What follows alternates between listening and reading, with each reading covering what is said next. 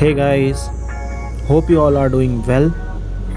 सो guys, आज की इस वीडियो में मैं आपको बताऊंगा स्टेनोग्राफर के बारे में पूरी डिटेल। अगर कोई न्यू स्टूडेंट ये वीडियो देख रहा है तो उसके लिए बहुत ही फ्रूटफुल होने वाली है, तो वीडियो को बिल्कुल भी स्किप ना करें और एंड तक देखें। और इस पूरे आपके इस वीडियो में मैं आपको क्लियर कर दूंगा कि स्टेनोग्राफर या शॉर्ट हैंड क्या होता है, इसके लिए आपको क्वालिफ़िकेशन कितनी चाहिए होती है, आपके परसेंटेज जो हैं एजुकेशनल परसेंटेज कितने रिक्वायर होते हैं, एज लिमिट क्या होती है, वैकेंसीज़ कौन कौन सी डिपार्टमेंट में निकलती हैं, फॉर्म कब भरे जाते हैं, एग्ज़ाम की स्टेजेस कितनी होती हैं, सिलेबस क्या है और स्टेनोग्राफर को क्या करना पड़ता है, क्या काम होते हैं स्टेनोग्राफर के, कितने अटेम्प्ट मिलते हैं स्टेनोग्राफर एग्ज़ाम को देने के, कट ऑफ कितनी तक जाती है और स्किल टेस्ट में क्या होता है, कैसे होता है, सैलरी आपकी जो है गाइस कितनी मिलती है एक स्टेनोग्राफर को, और सबसे आखिरी में मैं आपको बताऊंगा कि कौन सी बुक से आप प्रिपरेशन करोगे तो बिल्कुल आपको 100% सफलता मिलेगी आपको। तो इस वीडियो के पूरे एंड तक बने रहें गाइस, बिल्कुल भी स्किप ना करें। बहुत ही महत्वपूर्ण इन्फॉर्मेशन है आपके लिए अगर आप स्टेनोग्राफर बनना चाहते हो तो। ठीक है, तो स्टार्ट करते हैं गाइस।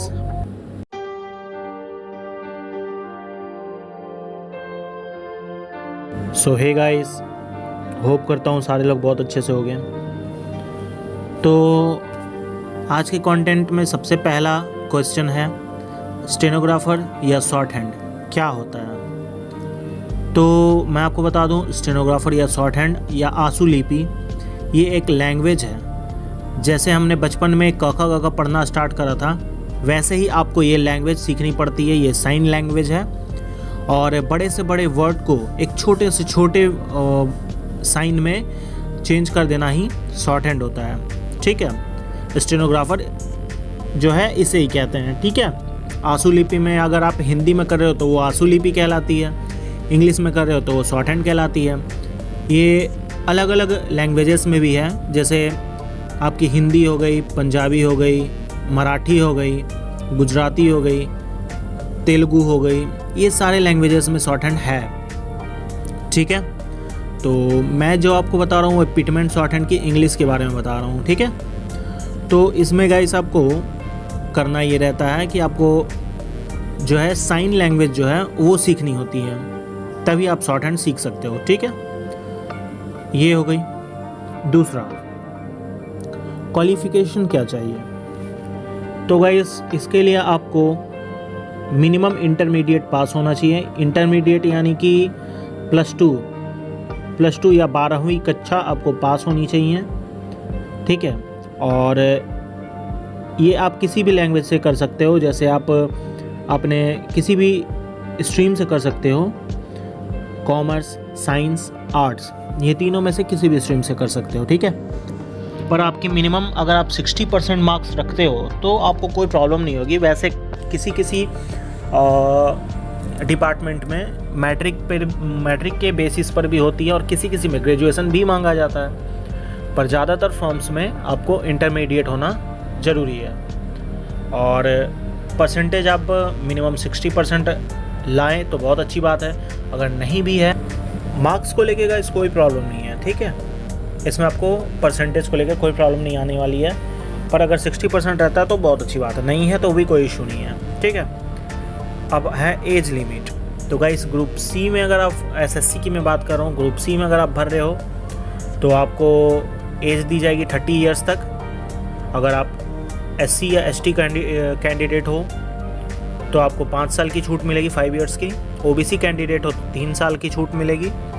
और ग्रुप सी में, ये मैंने आपको बताया, ग्रुप डी में आपको 27 मैक्सिमम एज होगी और इसमें आपको गाइस सेम एससी एसटी के लिए 5 साल और ओबीसी कैटेगरी के लिए 3 साल की छूट रहती है। ठीक है, तो ये आपकी हो गई गाइस एज लिमिट। और किसी फॉर्म में गाइस, जैसे कि स्टेट वाले जो भी स्टेनोग्राफर के फॉर्म निकलते हैं उसमें 30 साल, किसी में 35 साल भी होता है, तो ये बहुत बड़ी इशू नहीं है। ठीक है, तो एज लिमिट हो गया गाइस। नंबर 5 पे आपका वैकेंसी कौन कौन से डिपार्टमेंट में आती हैं। तो वैकेंसीज गाइस आपकी मोस्टली एसएससी में, रेलवेज में, हाई कोर्ट में, लोकसभा राज्यसभा में, डीआरडीओ, सीआरपीएफ, डिफेंस, सीआईएसएफ और आपकी एसएसबी, पैरामिलिट्री फोर्सेस, सारे जगहों पे इसकी ज़रूरत पड़ती है। और इसके अलावा आप प्राइवेट स्टेनोग्राफर भी बन सकते हो, क्योंकि प्राइवेट सेक्टर में भी इसकी वैकेंसीज ओपन है। ठीक है, तो अगर आप सोच रहे हो कि स्टेनोग्राफर के लिए कोई लाइफ नहीं है तो ये गलत है। मैंने जितना बताया आपको, ये सारे में एसएससी की वैकेंसीज, स्टेनोग्राफर की वैकेंसीज आती हैं। ठीक है, ये हो गया। अब मैं आपको बताऊंगा फॉर्म कब कब निकलते हैं। तो फॉर्म के लिए गाइस मैं आपको बता दूं, ये कोई फिक्स्ड नहीं है। फॉर्म कभी भी निकल सकते हैं और किसी भी डिपार्टमेंट के निकलते हैं। उसके लिए आपको करना ये है कि इस चैनल को ज़रूर सब्सक्राइब कर लें, ताकि कोई भी न्यू अपडेट्स आती हैं तो मैं आपको ज़रूर पहुंचा दूंगा, आप तक ज़रूर पहुंचा दूंगा। ठीक है, तो ये आपकी हो गई गाइस फॉर्म की क्वेरीज़। अब है आपका एग्ज़ाम का स्टेजेस क्या होता है। अगर मैं एक नॉर्मल एग्ज़ाम की बात करूं, एसएससी की बात करूं, एसएससी स्टेनोग्राफर की, तो एसएससी स्टेनोग्राफर में सबसे पहले आपका सीबीटी होती है। ठीक है, कंप्यूटर बेस्ड टेस्ट। और उसके बाद जो सीबीटी क्लियर कर लेते हैं स्टूडेंट्स, उनकी स्किल टेस्ट होती है। स्किल टेस्ट के बाद आपका मेरिट बनता है, मेरिट के बाद उनकी सिलेक्शन होती है। ठीक है, तो ये स्टेजेस हो गए। अब अगर आप पूछोगे सिलेबस क्या है, तो गाइस सिलेबस बहुत ज़्यादा टफ नहीं आता है। आपका रीजनिंग का पार्ट रहता है, जनरल अवेयरनेस का पार्ट रहता है और इंग्लिश की पार्ट रहती है। ठीक है, तो रीजनिंग में क्या क्या होता है। रीजनिंग में आपकी वर्बल और नॉन वर्बल दोनों ही टाइप की होती हैं क्वेश्चंस। उसके बाद analogy, similarities and differences, space visualisation, problem solving, analysis, judgement, decision making, visual memory, discriminating observation, relationship concepts, arithmetical reasoning, verbal and figure classification, arithmetical number series and non verbal series etcetera. ये सारे आपके guys reasoning के part होते हैं। और अब आते हैं जनरल अवेयरनेस पर। तो जनरल अवेयरनेस की गाइस आपको इसमें आपकी क्वेश्चंस आती हैं। India and its neighbouring countries, specially sports, history, culture, geography, economic scene, general polity and including to Indian constitution and scientific researches etcetera. And इसमें आपकी गाइस करंट अफेयर्स की भी पार्ट होती है, तो करंट अफेयर्स की भी आप प्रिपरेशन कर सकते हो। ठीक है, उसके बाद आपकी इंग्लिश की पार्ट आती है। इंग्लिश आपका 100 मार्क्स का होता है, reasoning 50, general awareness 50 and English जो है ये 100 मार्क्स का होता है। तो ये डिसीजन मेकिंग सब्जेक्ट है। तो इसमें आपकी आती है guys vocab, grammar, sentence structure, synonyms, antonyms and it's correct uses. और इसमें आपकी टेस्ट लेना है। एसएससी आपकी इसमें राइटिंग एबिलिटी और समझने की आपकी कितना आप समझ रहे हो उसका टेस्ट करती है एसएससी। ठीक है, तो ये हो गया आपका सब सिलेबस का पार्ट हो गया। अब आते हैं वर्क पे। काम क्या करना होता है एसएससी स्टेनोग्राफर या फिर किसी भी स्टेनोग्राफर को क्या काम करना पड़ता है। तो इसमें आपको गाइस बहुत ज़्यादा कोई काम नहीं होती है। स्टेनोग्राफर में आपको नॉर्मली गाइस आपको ऑफिशियल वर्क करने होते हैं और ये डिपेंड करता है कौन सी आप डिपार्टमेंट में सेलेक्ट होते हो, तो उस हिसाब से आपकी ऑफिशियल काम कराई जाती हैं। बहुत ज़्यादा टफ नहीं होती हैं।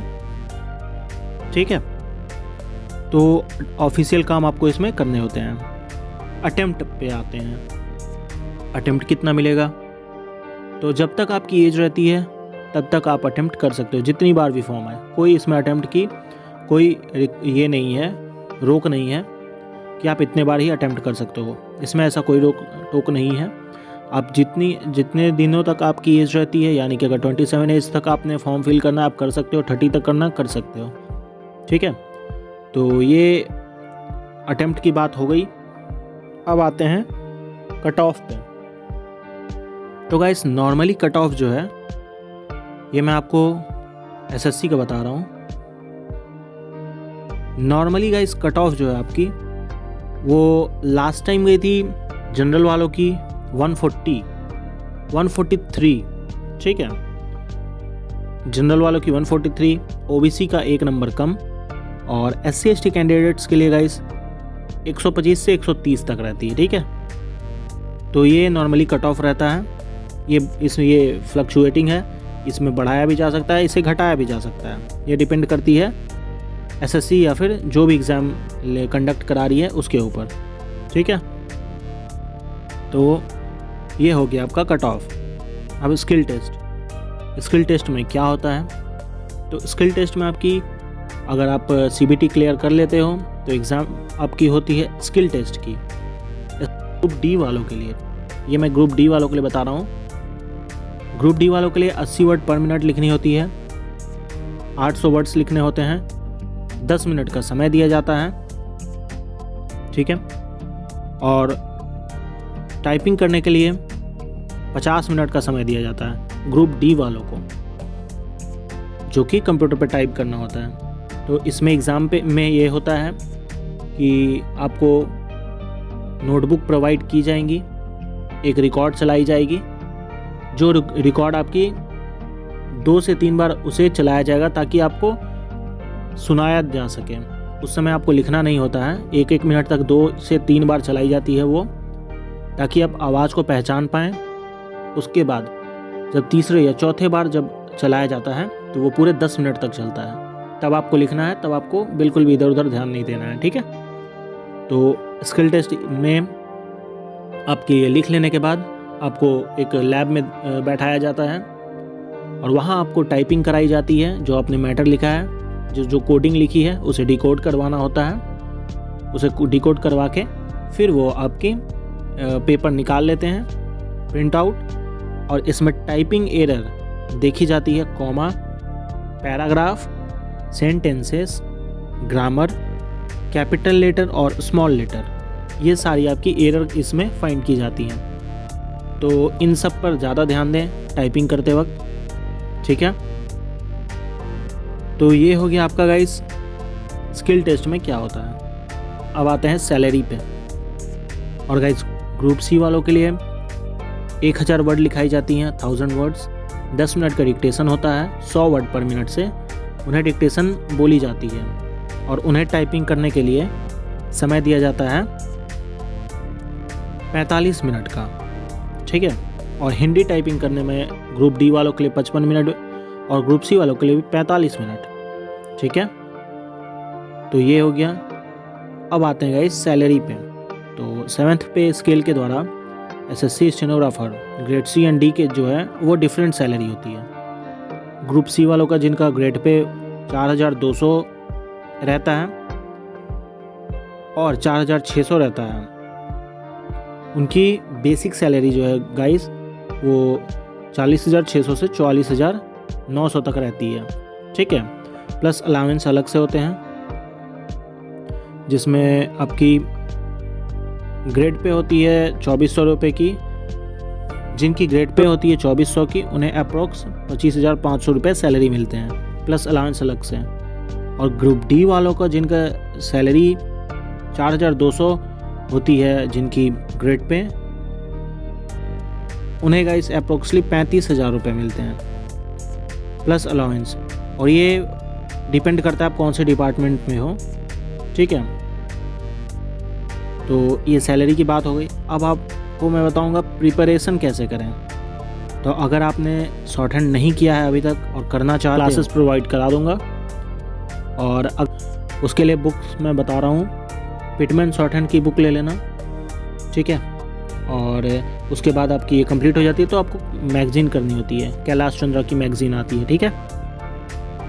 तो ये हो गई गाइस आपकी प्रिपरेशन की।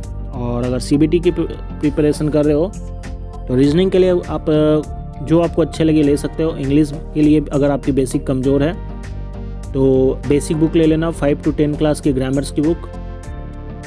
और उसके बाद आप प्लिंथ टू पैरामाउंट ले सकते हो, ठीक है। मैंने बुक पे एक सेपरेट वीडियो बना रखा है, आप उसे भी जाके देख सकते हो, मैं डिस्क्रिप्शन बॉक्स में उसकी लिंक दे रहा हूँ, ठीक है। तो गाइस वीडियो कैसा लगा ज़रूर कमेंट करें, पे नए हैं तो सब्सक्राइब कर लें, फ्रेंड्स के साथ शेयर करें। मिलते हैं अपने नेक्स्ट वीडियो में, तब तक के लिए keep practicing, keep supporting, be safe, जय हिंद।